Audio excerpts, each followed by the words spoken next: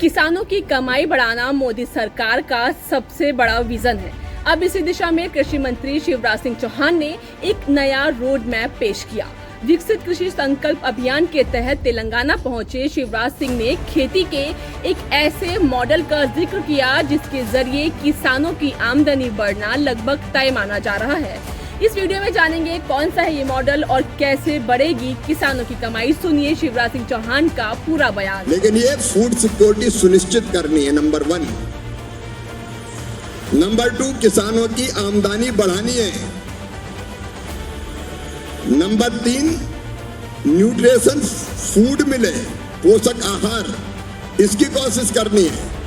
और नंबर 4, किसान भाइयों, इस धरती को आने वाली पीढ़ियों के लिए भी बचा के रखना है। ऐसा ना कि सॉइल ही बीमार हो जाए हमारी, तो आने वाली पीढ़ी की वो भी तो हमारी है, हमारे बच्चे, उनके बच्चे, उनके लिए भी धरती को सुरक्षित करना है।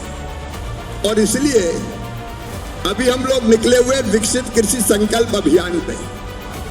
इसमें कोई पार्टी नहीं, केंद्र और राज्य साथ। मैंने हर मुख्यमंत्री से बात की, तेलंगाना के मुख्यमंत्री जी से भी मैंने चर्चा की, कृषि मंत्री भी यहाँ साथ। देखो, जहाँ देश का सवाल है, किसानों का सवाल है, जनता का सवाल है, तो हम सब भारत माँ के लाल, भेदभाव का कहाँ सवाल, ढंग से काम करना चाहिए, मिलकर काम करना चाहिए।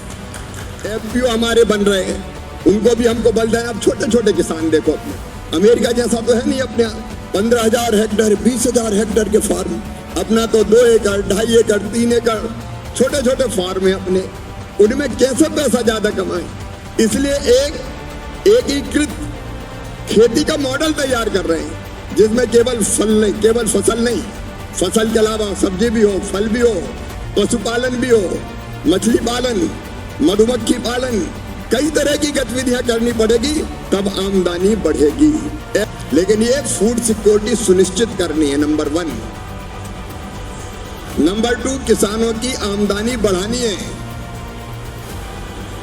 नंबर 3, न्यूट्रिशन फूड मिले, पोषक आहार, इसकी कोशिश करनी है।